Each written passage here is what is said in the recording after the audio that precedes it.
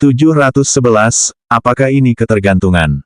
Dia berhenti sejenak lalu menambahkan, satu-satunya hal yang perlu dikhawatirkan di sini adalah, menurut pemeriksaan, gendang telinganya telah berlubang. Ini cukup serius. Serius, serius banget. Matanya membelalak. Apa maksudmu dengan, gendang telinga berlubang, ini? Dokter segera menjelaskan, gendang telinga Nona Yun mengalami trauma akibat tekanan eksternal yang berulang.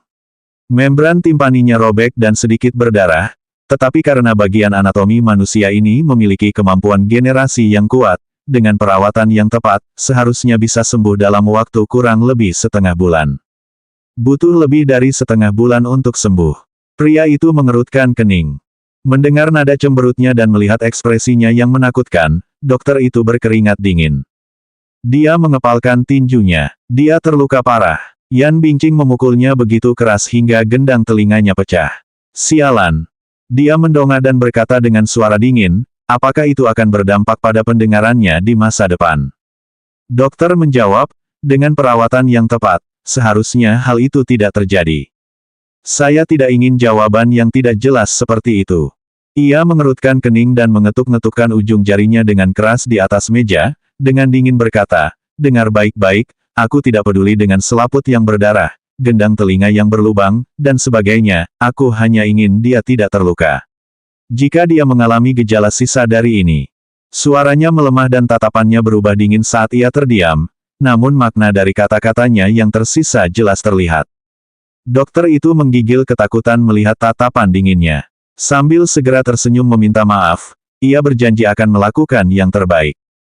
Jika Nona Yun mengalami kecelakaan, dia mungkin akan kehilangan pekerjaannya juga. Pria itu berjalan ke tempat tidur dan mengulurkan tangan untuk membelai wajah tenang istrinya. Amarahnya tak terbendung saat melihat pipinya yang bengkak. Patah hati. Dia sangat patah hati. Pada saat yang sama, dia diam-diam marah melihat betapa bodohnya wanita ini. Mengapa dia membiarkan dirinya dipermalukan oleh orang lain? Tamparan demi tamparan, apakah dia tidak kesakitan? Jika seseorang memukulnya, apakah dia tidak tahu bagaimana cara membalasnya? Di hadapannya, lidahnya selalu tajam. Ia akan memamerkan gigi-giginya dan mencabut cakar-cakarnya, seperti kucing, ketika ia merasa terpancing. Lalu, mengapa dia hanya menderita dalam diam di depan orang lain? Dia yakin tidak akan ada seorang pun yang berani melakukan apapun padanya jika dia membalas. Kalau saja dia tidak terluka sekarang, dia pasti sudah gila dan menggigit bibirnya dengan keras agar dia bisa merasakan sakit dan terbangun. Celakanya, melihat wajahnya yang pucat, dia hanya merasakan denyutan di hatinya. Seorang perawat mendorong ranjang pasien ke dalam untuk memindahkannya. Namun, beberapa petugas kurang hati-hati dan menggunakan terlalu banyak tenaga, sehingga mengakibatkan cedera. Wanita yang masih tak sadarkan diri itu mengerutkan kening mendengar ini. Dengan kesal dia berteriak, kau telah menyakitinya. Kelompok orang ini tertegun dan ketakutan di tempat untuk sesaat. Benda-benda ceroboh. Enyahlah.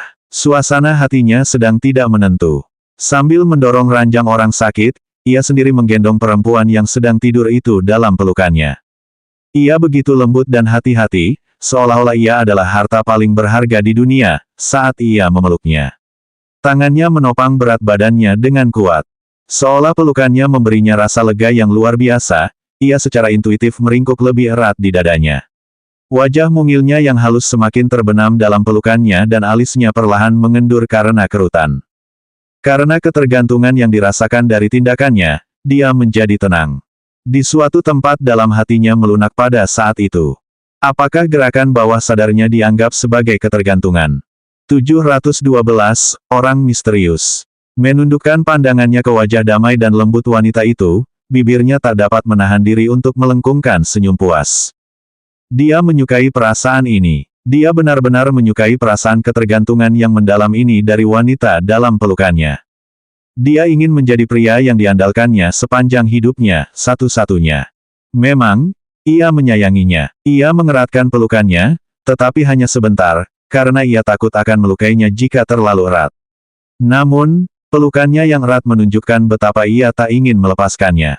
Sambil memeluknya seperti ini, dia melangkah ke tempat unit perawatan intensif berada.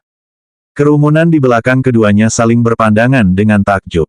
Apakah mastermu, mereka tersenyum sebelumnya. Mu Wanru tiba di tempat janjian, China Commune, tepat pukul 1. China Commune terletak di Jalan Chang'an No. 9. Clubhouse Chang'an menempati 12 lantai gedung China. Saat melangkah masuk, matanya disambut oleh perabotan mewah dan dekorasi retro yang indah. Konon biaya keanggotaan tahunan China Commune bisa mencapai puluhan juta. Para anggota VIP China Commune tak diragukan lagi adalah orang-orang kaya dan terkemuka. Tanpa kekayaan bersih miliaran dolar, seseorang tak akan memenuhi syarat untuk menginjakan kaki di tempat ini. Siapa yang mengundangnya ke sini? Siapa identitas orang itu? Dia mengerutkan bibirnya dengan sedikit rasa takut. Sebelumnya, lampiran dalam surat itu adalah hasil sebenarnya dari tes kehamilannya. Jika laporan itu sampai ke tangan keluargamu, dia tidak berani membayangkan nasib apa yang akan menantinya. Terlepas dari itu, entah itu teman atau musuh, ia tetap harus bertemu orang ini. Ancaman orang ini melalui surat berarti ada ruang untuk negosiasi, itu membuktikan bahwa ia berharga bagi orang itu. Pemikirannya sangat teliti dan cepat sampai ke tingkat ini. Hanya mengandalkan alamat yang tertera di surat, ia mendorong pintu menuju sebuah kamar mewah. Merasa sedikit terkejut, ia segera menutup pintu. Kedap suara di clubhouse pribadi ini sangat baik. Tingkat kerahasiaan yang tinggi di gedung klub pribadi ini juga menjadi alasan mengapa banyak petinggi melakukan urusan bisnis di sini.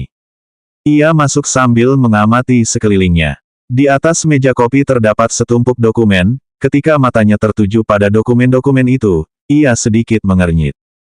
Dia sedikit penasaran tentang apa itu. Sambil menghirup udara dingin, dia mengamati sekelilingnya lagi sebelum dengan hati-hati berjalan ke tumpukan dokumen dan mulai mengambilnya. Hanya dengan sekali sapuan matanya, dia benar-benar membeku, seakan tersambar petir. Isi dokumen-dokumen itu tidak lain adalah identitasnya. Terus terang saja, ini adalah laporan investigasi yang sangat rinci tentang latar belakangnya. Dari identitas orang tua kandungnya dan detail kontaknya hingga informasi pribadinya, semuanya tercantum dengan jelas dan terperinci. Namun, bagaimana laporan ini muncul di sini? Bukankah dia telah menyuap orang untuk menghancurkan mereka? Dia ingat betul dokumen-dokumen itu telah dihancurkan. Bahkan sampel denanya pun sudah tidak ada lagi di Bank Gen, jadi semua bukti yang mengungkap identitasnya seharusnya sudah dimusnahkan. Dokter yang melakukan tes kehamilan padanya juga pergi ke luar negeri. Lalu, bagaimana laporan ini berakhir di sini? Apa yang mungkin menjadi motif orang yang telah mengatur pertemuannya di sini? Apakah itu? Apakah dokter itu menyembunyikan salinannya? Mustahil. Mereka sudah menandatangani perjanjian kerahasiaan. Lagi pula, dia telah memberikan orang itu sejumlah besar uang, cukup baginya untuk hidup mewah selama sisa hidupnya. Kalau begitu, siapakah orangnya? Dia menyapukan pandangannya ke seluruh informasi ini, yang merupakan bukti yang memberatkannya, adalah sesuatu yang benar-benar ingin dia hancurkan. Siapa itu? Siapakah sebenarnya orang itu? Siapakah di bumi yang menahan pintu menuju takdirnya? 713, tokoh besar di balik layar, 1. Apakah dia akan diancam? Semakin ia memikirkannya, semakin ia merasa takut. Rasa dingin yang mengerikan menjalar dari ujung kaki hingga ujung kepala. Wajahnya memucat dalam sekejap dan ujung jarinya gemetar tak terkendali. Tangannya gemetar hebat hingga dia menjatuhkan dokumen itu ke lantai. Dadanya bergelombang tak henti-hentinya, tampaknya, dia masih dalam keadaan syok. Berjuang untuk mengendalikan emosinya, dia perlahan berjongkok untuk mengambil lembaran kertas yang berserakan. Di belakangnya tiba-tiba terdengar suara berat seorang pria. Terkejut melihat dokumen-dokumen ini. Suara tiba-tiba itu berat dan rendah, namun terdengar di telinganya bagai guntur di ruangan yang sunyi ini. Ia memekik kaget dan segera berbalik untuk melihat ke arah suara itu dengan mata terbelalak. Dari sudut ruang rapat, dia melihat seorang pria berpakaian tang satu perlahan berjalan ke arahnya. Wajah yang terkubur dalam bayangan, terekspos di bawah cahaya terang ruangan. Setiap langkah pria itu ke arahnya membuat napasnya tercekat karena khawatir. Rasa takutnya perlahan mereda. Yang menggantikannya adalah kewaspadaan terhadap pria itu. Berdiri di hadapannya seorang pria berusia 40-an yang tak dikenalnya. Kain mahal menutupi perawakannya yang luar biasa. Dengan aura aristokratnya, ia tampak elegan tanpa celah. Sekilas, Orang bisa tahu bahwa ia orang kaya dan terhormat. Langkah kaki pria itu terhenti. Ia gemetar ketakutan saat tatapannya yang waspada tertuju pada wajahnya. Meskipun pria itu sudah hampir tua, ia masih bisa melihat jejak-jejak ketampanannya di masa lalu. Wajahnya yang tajam dan profilnya yang tampan agak mirip dengan Museng. Ia merasa wajahnya agak familiar, tetapi ia tidak dapat mengingatnya saat ini. Di mana tepatnya ia melihat pria ini? Ia merasa pria itu adalah seseorang yang dikenalnya, tetapi ia tidak dapat mengenalinya. Ia berusaha keras mengingat, tetapi sia-sia. Melihat keraguan tergambar di wajahnya, lelaki parubaya itu tertawa. Tawa itu memiliki semangat seorang pria tua dengan kedudukan tinggi. Ia menatap lurus ke arahnya, membuka mulutnya, dan suaranya yang lembut, yang khusus ditujukan kepada generasi muda, keluar dengan deras. "Kenapa, kau tidak mengenaliku?" Pertanyaannya itu sampai kepadanya. "Kau agak familiar. Siapa kau?" Ia menyipitkan mata skeptis ke arahnya, masih menahan rasa waspada di hatinya. Pertanyaan lugas tanpa basa-basi. Sambil mengerutkan kening melihat sikapnya yang kurang sopan, ia mencibir dan menunda jawabannya. Ia malah duduk di sofa, menuangkan secangkir teh untuk dirinya sendiri, dan menyesapnya. Sikapnya yang tenang dan tingkah lakunya yang elegan menunjukkan bahwa dia adalah seorang pria berkuasa dan berkedudukan di masyarakat kelas atas. Karena sikapnya yang acuh tak acuh, ia mendapati dirinya dalam dilema. Ia berdiri tak berdaya di tempatnya, bingung harus berbuat apa. Dia tak bicara, jadi dia pun tak berani bicara.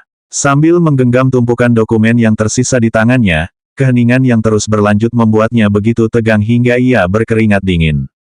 "Kenapa kamu begitu gugup?" Pria itu mengangkat kepalanya, dan melihat tatapan waspadanya, dia tertawa.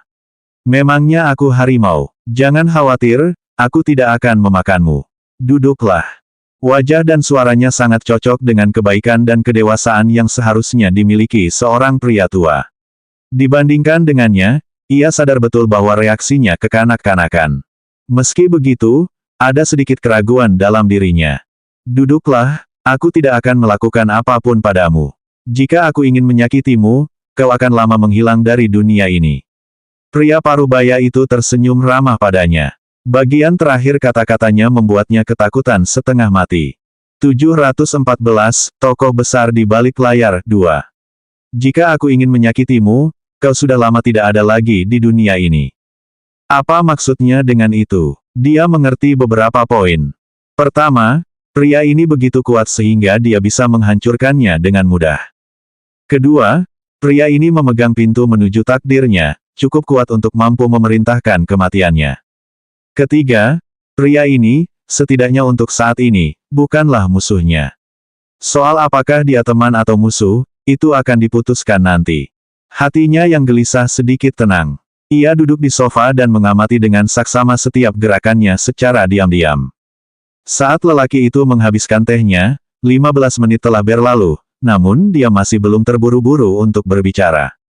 Tidak diketahui apakah ia sengaja membuatnya tetap penasaran, tetapi ia melanjutkan dengan menuangkan secangkir teh lagi dan mencicipinya tanpa terburu-buru. Bahkan setelah minum 3 cangkir teh berturut-turut, dia tidak mengatakan sepatah kata pun untuk memecah keheningan. Dalam keheningan yang menyesakkan ini, ia praktis merasa gelisah. Melihat pria itu telah menghabiskan cangkir tehnya yang ketiga dan hendak menuangkan cangkir tehnya yang keempat, ia kehilangan kesabaran dan dengan hati-hati membuka mulutnya. "Kau, anak muda memang tidak sabaran.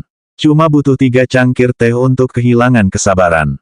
Pria parubaya itu mendengus, tampaknya tidak puas dengan ketidaksabarannya. "Kamu, apakah kamu pengirim surat itu?" Dia dengan hati-hati menyusun kata-katanya dengan sopan. Dalam hati, dia sedikit kagum pada pria ini. Dia tersenyum tipis dan membuka mulut untuk mengingatkannya. "Sesuai senioritas, seharusnya kau memanggilku, Paman Keempat." Paman Keempat. Dia tercengang. Tiba-tiba, dia tersentak dari kursinya. Paman Keempat. Apakah itu? Mu Lianjue. Kakeknya memiliki istri ketiga. Dalam hal ini, Mu Liancheng berada di posisi kedua, dan putra dari istri ketiga, Mu Lianjue, berada di posisi keempat. Hanya saja Old Mu selalu menekankan pada legitimasi. Lelaki ini biadab, karenanya, ia bersama ibunya tinggal di kediaman Mu di sebelah selatan ibu kota. Berbicara tentang kediamanmu, totalnya ada 5 rumah besar. Kediaman utama keluargamu, tentu saja, terletak di jantung ibu kota, sementara sisanya masing-masing berada di utara, selatan, timur, dan barat. 4 rumah besar cabang menampung 4 bajingan dan kerabat dekat keluargamu lainnya. Hanya keturunan langsung yang memenuhi syarat untuk tinggal di kediaman utama. Paman keempat, mungkinkah pria ini Mu Lianjue? Dia merenungkannya sejenak sebelum dengan ragu-ragu mengucapkan namanya. Mu Lianjue. Kurang ajar. Wajahnya berubah saat ia mendorong cangkir teh ke atas meja. Dengan suara keras, teh itu terciprat kemana-mana, mengejutkannya. Mata elangnya tajam menusuknya. Dengan wajah muram, ia memaki, "Apa kau pantas memanggilku dengan namaku langsung? Kau tak tahu sopan santun." Ia langsung menundukkan kepalanya dengan rasa bersalah. "Maaf, aku tidak tahu sopan santun." Paman keempat. Halo, Paman keempat. Pria ini pastinya Mu Lianjue. Ia tiba-tiba teringat pernah melihatnya di potret keluargamu. Di potret itu, pria ini berdiri di sebelah kiri kakeknya. Pada saat potret itu dibuat, wajah laki-laki ini masih muda, karenanya, dia gagal mengenalinya sejenak. Kemarahan di wajahnya belum mereda. Tidak pantas. Saya salah, Paman keempat. Ini pertama kalinya saya bertemu langsung dengan Anda. Kehadiran Anda membuat saya kewalahan, jadi saya tidak sengaja bersikap tidak sopan. Mohon maafkan saya. Ia menyampaikan permintaan maafnya yang tulus dan mengemukakan etiket baik yang telah ia pelajari sebagai anggota keluargamu. Dia telah mendengar bahwa Mu Lianjue adalah karakter yang kejam. Dia tidak berani menyinggung perasaannya dengan mudah. 715, tokoh besar di balik layar 3. Hah, dia mendengus. Kau tahu kenapa aku memanggilmu? Dia ketakutan sesaat. Ternyata pengirimnya benar-benar dia. Apa motifnya? Dia meningkatkan kewaspadaannya. Dia langsung tahu isi hatinya dengan satu tatapan dan dengan dingin mengejek, "Kamu masih terlalu muda untuk mempermainkanku. Kamu tidak perlu terlalu waspada terhadapku. Lagi pula, kita punya kepentingan yang sama." "Apa maksudmu?" Wajahnya memucat saat ia mengangkat matanya untuk menatapnya dengan bingung. "Bisakah kau bicara lebih jelas?" "Mu Wanru, kau sudah melihat dokumennya tadi." Tanpa bertele-tele, ia langsung ke intinya. Seketika, wajahnya berubah muram saat rasa bersalah menyerbunya. Terjebak dalam dilema, ia memilih untuk tetap diam. "Percuma saja menyembunyikan apapun dariku. Apa kau pikir kau bisa merahasiakan perbuatanmu? Aku bukan Museng, si bodoh tak berguna yang masih kau rahasiakan. Dia sudah tua. Kalau saja dia masih Museng 2 dekade lalu, tipuan kecilmu ini pasti mudah terbongkar." Kata-katanya tanpa pandang bulu menusuk wajahnya dengan es tebal. Bibirnya bergetar. Takut setengah mati, ia bertanya, "Kau, apa yang kau tahu? Apakah kau bertanya apa yang ku ketahui tentangmu?" Seolah baru saja mendengar lelucon yang bagus, ia dengan geli menyalakan cerutu, mengisapnya sesendok, lalu meludahkannya perlahan. Lalu ia bangkit dan berjalan ke samping tempat tidur. Dengan punggung menghadapnya, ia berbicara perlahan. "Aku tahu ibu kandungmu seorang tukang pijat. Saat kamu lahir, dia meninggalkanmu di gerbang rumah sakit. Kemudian, kamu diadopsi oleh pasangan yang baik hati. Sayangnya, orang tua angkatmu tewas dalam kecelakaan mobil, dan kamu dikirim ke pusat kesejahteraan Sengde. Luo Hanjin. Nama ini pasti asing bagimu. Saat itu, demi hidup mapan di panti sosial dan demi status, camilan, dan pakaian indah yang kau idamkan, kau tak ragu merentangkan kakimu di depan direktur. Kau masih sangat muda, tapi kau sudah tahu cara menjual tubuhmu demi keuntungan. Ketika Yun Sishi dikirim ke pusat kesejahteraan, dia menyaksikanmu dan direktur di tengah-tengahnya, itulah mengapa kamu mencoba mengusirnya. Kau mencuri liontin gioknya, awalnya ingin menjualnya. Tanpa diduga, sebelum ini terjadi, keluargamu datang mencari putri Mu Qingcheng yang hilang dan secara keliru mengenalimu. Petik 2, saat kau berumur 29 tahun, patuamu menyuruhmu menjalani tes kehamilan. Kau tak segan-segan menyuap dokter dengan sejumlah uang untuk memalsukan hasilnya dan memaksanya pergi ke luar negeri.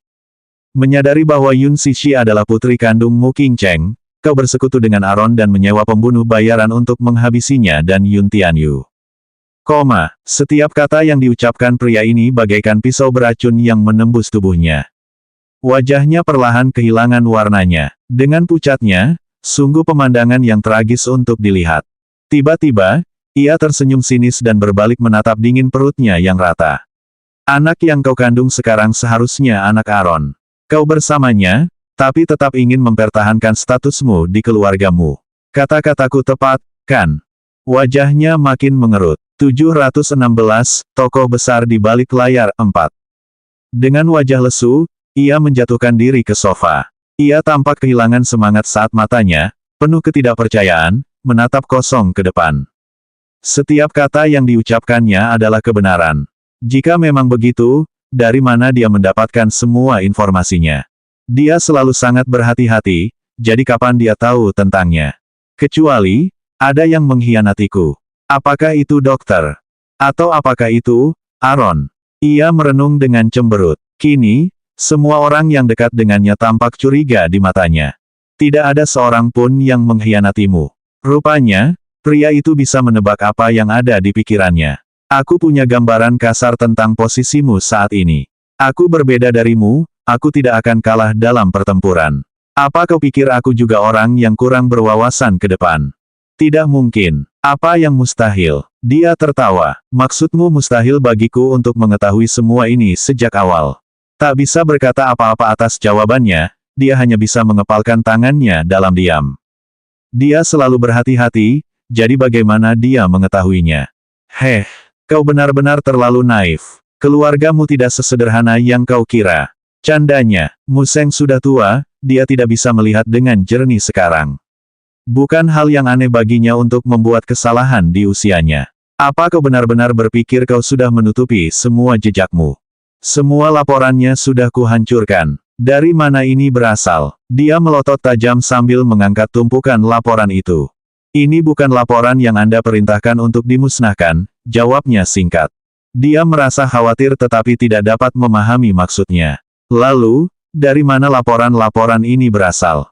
Balasan berikutnya benar-benar mengejutkannya. Kamu tidak tahu, Museng sudah melakukan 2 tes DNA padamu. Apa? Ia terperangah. Menatap tajam pria di depannya, ia bertanya, bagaimana mungkin aku tidak tahu kakek melakukan itu? Sambil terkekeh, ia mengejeknya tanpa ampun. Jangan terlalu nyaman memanggilnya kakek, jangan lupa kau penipu, hanya penyusup. Aku merasa tercengang, ia bingung harus berkata apa selanjutnya. Bagaimanapun, terlepas dari identitasnya, ia ingin mengungkap akar permasalahan ini. Apakah Museng benar-benar melakukan 2 tes DNA padaku? Dia menghisap cerutunya dan menghembuskan asapnya yang mengepul ke wajah cemas wanita itu tanpa ragu. Batuk, batuk. Asap cerutu mencekiknya dan membuatnya terbatuk-batuk. Kata-katanya melesat bagai kilat. Pertama kali dia melakukan tes itu tak lama setelah kamu tiba di rumahmu. Saat itu, kamu sedang demam. Dia dengan mudah mengambil beberapa sampel darahmu untuk melakukan tes dalam perjalanan ke rumah sakit. Bagaimana mungkin? Uhuk. Sambil berusaha menahan batuknya, ia terus menyelidiki sambil mengerutkan kening. Kalau dia benar-benar melakukan itu, seharusnya dia tahu aku penipu. Aku pasti sudah dibuang jauh-jauh hari. Kau pasti sedang membodohiku. Menipumu. Dia tak henti-hentinya terkekeh. Kau benar-benar lucu. Kupikir kau pintar, tapi ternyata aku salah. Kalau begitu, katakan padaku, jika dia telah melakukannya sejak lama, mengapa dia mengulanginya lagi ketika aku berusia 18 tahun? Dia mengamati wajahnya yang kebingungan, menyapukan pandangannya ke berkas-berkas kusut di tangannya yang terkepal, dan sambil tersenyum menjawab, menurutmu dari mana laporan-laporan di tanganmu itu berasal? Ia tampak tersadar mendengar jawaban dinginnya. Kepalanya tiba-tiba menoleh ke arahnya, matanya menatapnya tak percaya. 717, bakar buktinya. Ya. Ia menatapnya tajam. Keheranan di matanya dan kengerian di tulang-tulangnya tak bisa disembunyikan. Lalu, melihat bibirnya yang gemetar dan ketidakmampuannya untuk sementara waktu dalam menyusun pernyataan yang koheren, dia benar-benar terhibur. Apakah ini sudah membuatnya takut? Keahlian gadis ini, jika dibandingkan dengannya, terlalu dangkal. Dia menatap wajahnya yang dingin dan bertanya dengan heran. Apakah itu dilakukan olehmu? Dia mengembuskan asap rokok dari mulutnya dan mengakui dengan jujur, aku hanya melakukan hal yang sama seperti yang kau lakukan. Maknanya tidak bisa lebih jelas lagi. Saat itu, si tuamu telah melakukan tes kehamilan padanya, dan karena tes itu dilakukan di rumah sakit swasta yang dikendalikan oleh Mu Lianjue, mendapatkan laporan sebenarnya tidaklah sulit. Hanya saja metodenya lebih kejam daripada metodenya. Dengan menyuap dokter yang melakukan pengujian DNA dengan jumlah yang besar, dia menandatangani perjanjian kerahasiaan dengannya dan kemudian mengirimnya ke luar negeri. Di sisi lain, ia memanipulasi dokter tersebut untuk memalsukan hasil tes DNA dan kemudian membunuhnya tanpa jejak. Pekerjaannya bersih. Oleh karena itu, bahkan hingga hari ini, Mu Yaze tidak dapat mengetahuinya. Dia tahu bahwa laporan tes DNA palsu, namun dia terlambat menemukan saksi. Nah, orang itu sudah meninggal, tubuhnya terbakar menjadi abu, jadi bagaimana dia bisa menemukannya? Setelah itu, seorang dokter lain yang disuap olehnya berlayar melintasi laut dan mendarat di pantai AS. Ia khawatir mulut dokter itu tidak cukup aman, dan ia tahu bahwa dengan metode Mu Yaze, pemuda itu pada akhirnya akan melacak semuanya kembali kepadanya. Metode keponakannya lebih kejam daripada metodenya. Bagaimana dengan suap yang dilakukannya kepada dokter? Pemuda itu punya segala cara untuk membuat dokter itu mengaku.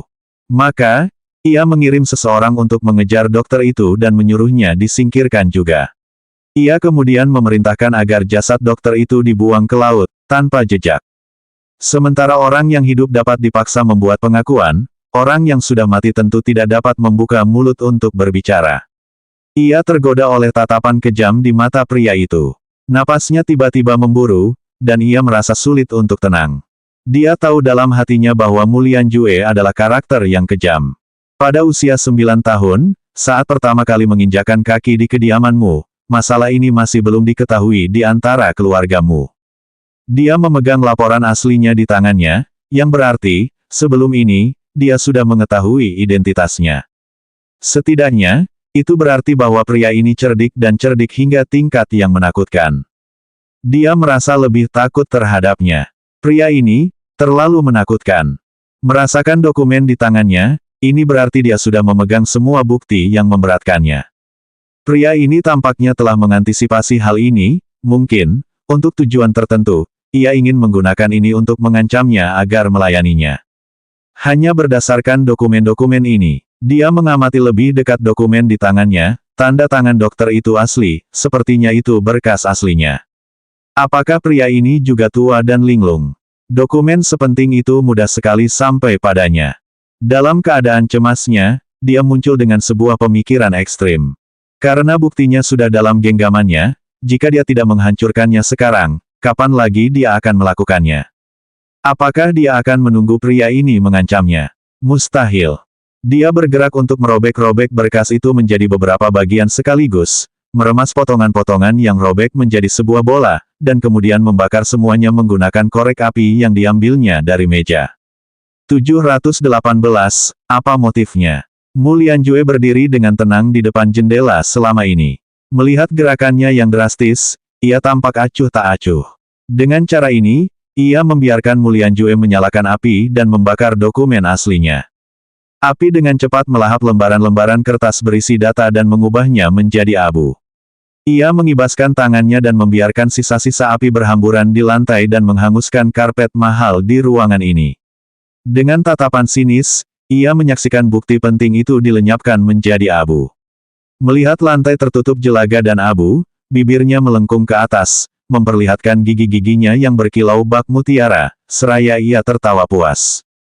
Hahaha. Mu Wanru mengangkat kepalanya dengan angkuh ke arahnya dan berkata sambil menggertakkan gigi, hanya dengan ini. Apa kau benar-benar mengancamku hanya dengan ini? Sekarang, aku akan lihat bagaimana lagi kau bisa mengancamku. Wajahnya secara mengejutkan tetap tenang saat dia melakukan aksinya yang tampaknya menjengkelkan. Di matanya, sekilas tersirat rasa kasihan dan penghinaan. Melihat ketenangan dingin di wajahnya, dia berhenti tertawa dan ekspresi wajahnya menjadi dingin. Apa? Bagaimana dia bisa terlihat begitu tenang di wajahnya? Dia menghancurkan buktinya, mungkinkah dia tidak tergerak oleh hal itu? Kalau tidak, apakah dia masih bisa mengendalikannya? Anda, apa kau benar-benar berpikir membakar semua berkas itu akan membuatmu tenang? Ia perlahan mematikan cerutunya di asbak dan dengan malas mengangkat matanya yang tersenyum, namun tidak tersenyum. Dia tampak mengejek ketidaktahuannya. Apa maksudmu? Tiba-tiba dia merasa dia terlalu sulit dimengerti. Kalau dipikir-pikir lagi, tindakannya beberapa saat sebelumnya memang terlihat impulsif dan naif. Sejak awal, dokumen-dokumen itu telah ditaruh di tempat yang mudah dilihatnya. Apa maksudnya? Apakah itu berarti mereka sama sekali tidak penting baginya? Mungkinkah itu bukan salinan aslinya? Tak perlu ragu, itu satu-satunya salinan bukti yang asli. Seolah bisa membaca pikirannya, ia menjelaskan dengan dingin. Tapi, apa kau pikir dengan membakar dokumen asli, kau bisa membakar habis semua buktinya? Dia tiba-tiba memucat karena terkejut dan bertanya dengan curiga, kamu menyimpan sampel darahku. Tidak terlalu bodoh, kok. Dia mendengus sinis padanya. Kalaupun aku tidak punya sampel darahmu, terus kenapa? Kau memang bisa menghancurkan bukti ini dengan mudah, tapi tahukah kau apa bukti terbesarnya? Tentu saja darah di tubuhmu. Bisakah kau mengubah darahmu menjadi darah Mu Qingcheng? Wajahnya langsung memutih. Itu benar, darah yang mengalir melalui pembuluhnya adalah bukti nyata. Bagaimana dia bisa sebodoh ini? Dia terlalu naif. Dia terlalu memikirkan dirinya sendiri. Saya, pria parubaya itu menekan bel. Beberapa saat kemudian, seseorang bergegas masuk dan mengganti karpet yang hangus itu dengan yang baru. Dia berdiri kaku di tempatnya. Hal ini berlanjut hingga ia kembali ke sofa. Mu Wanru, kusarankan kau untuk tidak melawan lagi. Berdiri di pihak yang sama denganku adalah satu-satunya perlindunganmu dari ini. Apa motifmu? Dia duduk di hadapannya, mencoba menenangkan dirinya yang ketakutan. Motif saya pikir Anda sudah jelas tentangnya. Keluargamu, posisi sebagai kepala keluargamu. Dia menatap wajahnya sambil berbicara satu persatu. 719, keponakanku bukan pemalas. Dia tertawa dingin, suaranya sekeras es. Jabatan ini memang seharusnya milikku. Aku hanya mengambil kembali apa yang memang seharusnya menjadi milikku. Mu Yaze tidak akan menyerahkannya padamu.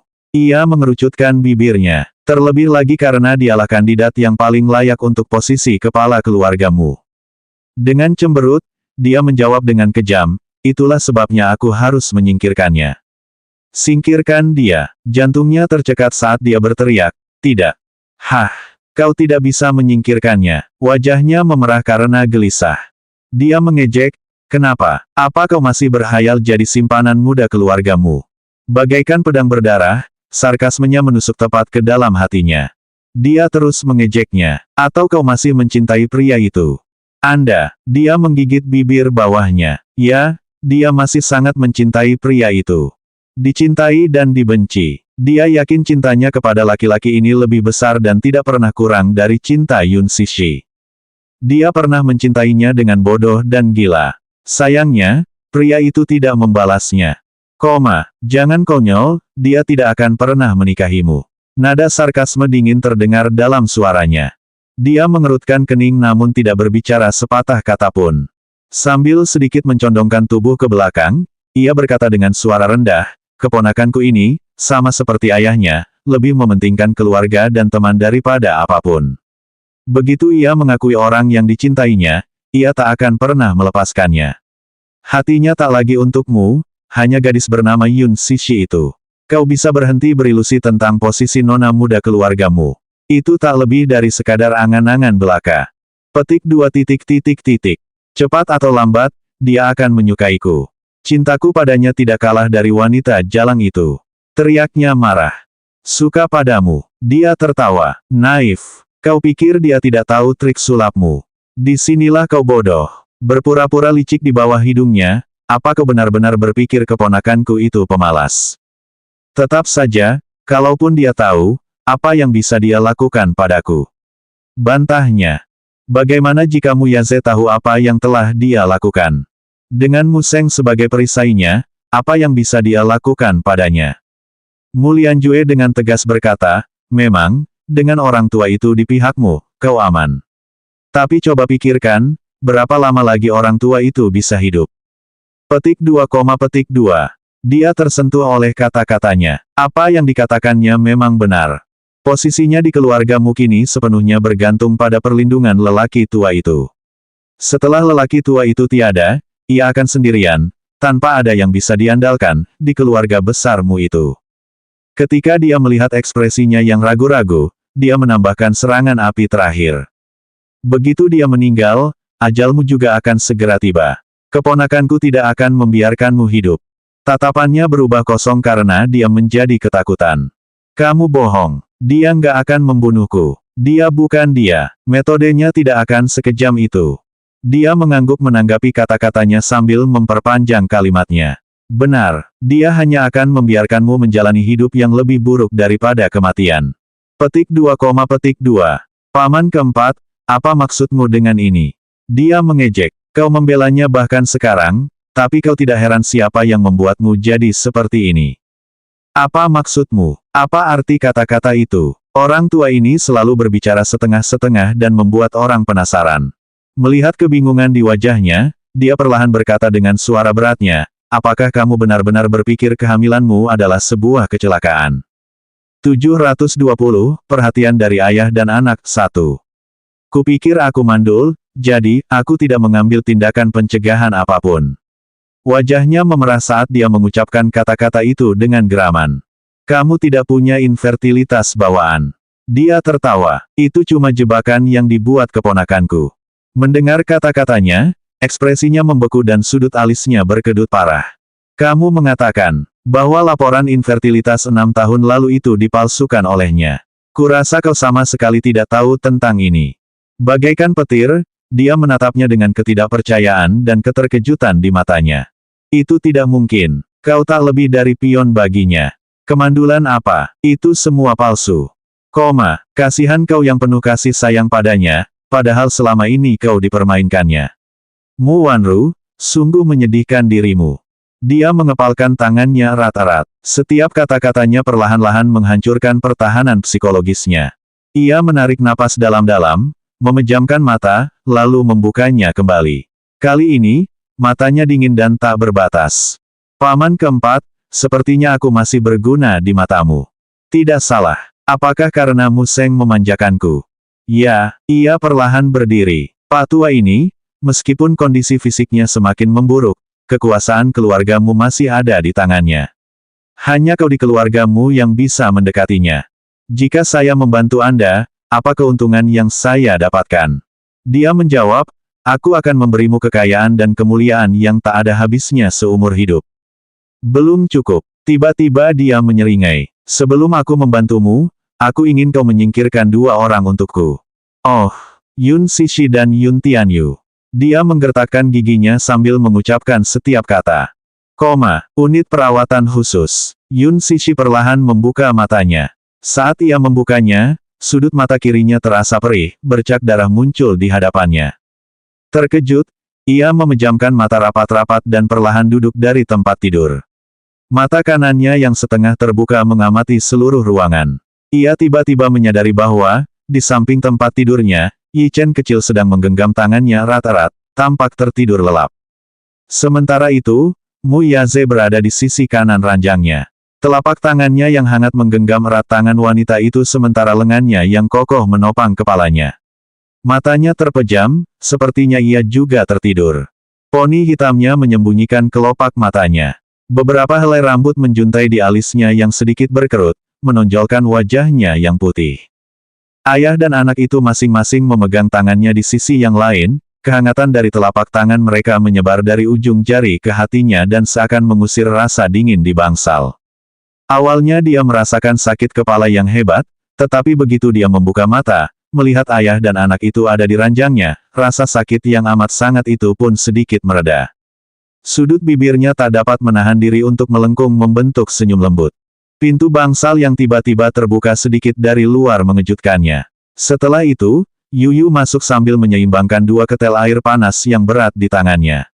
Mulutnya penuh dengan kantong belanja roti. Mengangkat pandangannya, ia melihat wanita itu duduk tegak dengan punggung bersandar di kepala tempat tidur. Ia mengangkat sebelah alis ke arahnya, lalu matanya melebar lega. Setelah meletakkan semua barang di atasnya, ia hendak berbicara ketika ia melihat mulut wanita itu memintanya untuk diam. Melihat ekspresinya yang hati-hati, gerakan tangannya pun melunak. Ia perlahan merayap ke sisi tempat tidurnya dan memanggilnya dengan lembut. Bu, ibu sudah bangun. Ya, kapan kamu bangun? Dia baru saja keluar untuk mengambil air panas dan membeli roti serta camilan dari toko swalayan di bawah rumah sakit sebentar. Selanjutnya bab 721, perhatian dari ayah dan anak 2.